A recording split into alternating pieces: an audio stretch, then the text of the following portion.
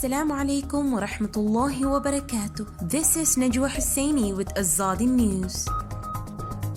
Indefinite hosting of Rohingya refugees a growing concern for Bangladesh. Bangladesh is supposed to be a host to the Rohingya refugees, not their jailer. On June 23, 2021, during the 9th Moscow Conference on International Security, Bangladesh's Prime Minister Sheikh Hasina reiterated a request for global cooperation to ensure the dignified and peaceful repatriation of Rohingya refugees, stating that they are posing huge security threat to Bangladesh as well as the region. Earlier on June 16th, expressing similar concerns, the Foreign Minister of Bangladesh, A.K. Abdul Momen, during a bilateral meeting with the United Nations Special Envoy on Burma, Kristen Schreiner-Bergener at the Bangladesh Permanent Mission in New York, sought a clear roadmap from the UN for repatriation of Rohingya refugees to Burma. Momen said that if repatriation did not start soon, it would only deteriorate the overall situation in Cox's Bazar, where large numbers of Rohingya are camped, and create instability in the region and beyond.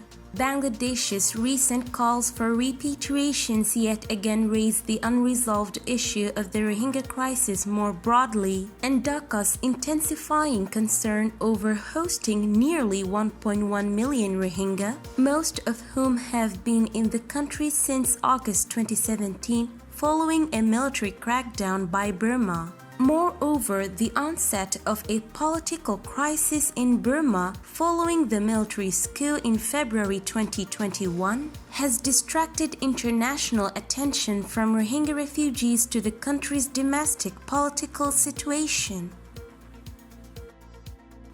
When Bangladesh started relocating Rohingya refugees from Myanmar to its remote island of Bhasan Char in December, Shafiur Rahman met Saiful, a 10-year-old boy with an amputated leg. Saiful's mother hoped he would one day become a doctor and offered an upbeat quote from him, "Now I can walk freely and even play." It seemed to be that the Rohingya were headed for freedom and betterment in their new life on the island. Just 5 months later, Saiful is dead. The authorities have not issued a death certificate for him. The cause of his death is unknown to his mother, save that his eyes turned yellow and his body became bloated. Bangladesh, which faced the fastest growing refugee crisis seen in this century, has lauded itself for taking in the refugees and containing COVID-19 among their population. But in finding solutions without the consent of refugees, the government has put their lives and livelihoods at a massive risk on both on the island and the mainland. In 2017, the Burmese military's campaign forced 1 million Rohingyas to flee, mainly to neighboring Bangladesh. Bangladesh's Prime Minister Sheikh Hasina was widely lauded for allowing the refugees to cross the border. She was pictured consoling the refugees and famously reassured the world, "We have the ability to feed 160 million people of Bangladesh, and we have enough food security to feed the 700,000 refugees." Her party members gave her the title Mother of Humanity. At the same time, Bangladeshi lawmakers complained that the refugees posed a painful economic and security challenge to Bangladesh. For more than 40 years, the country had been grappling with successive waves of Rohingya refugees fleeing Burma. In 1978 and in the 1990s, there were repeated cases of violence against the refugees as well as food restrictions that resulted in starvation and death.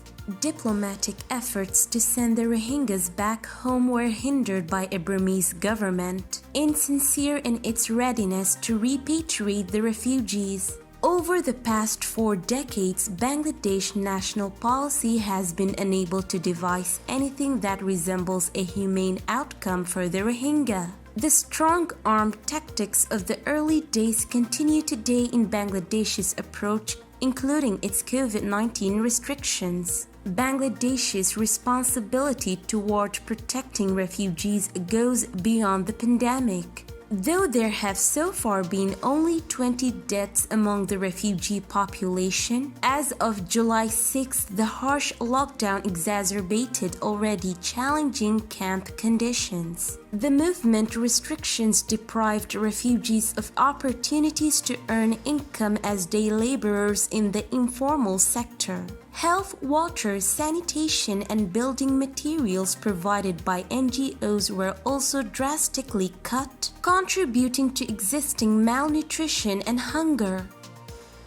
This is today's news. To get more updates about Rohingya, subscribe to our YouTube channel and hit the notification bell. Visit our website azaditvnews.com and follow our social media accounts. Wassalamu alaikum wa rahmatullahi wa barakatuh.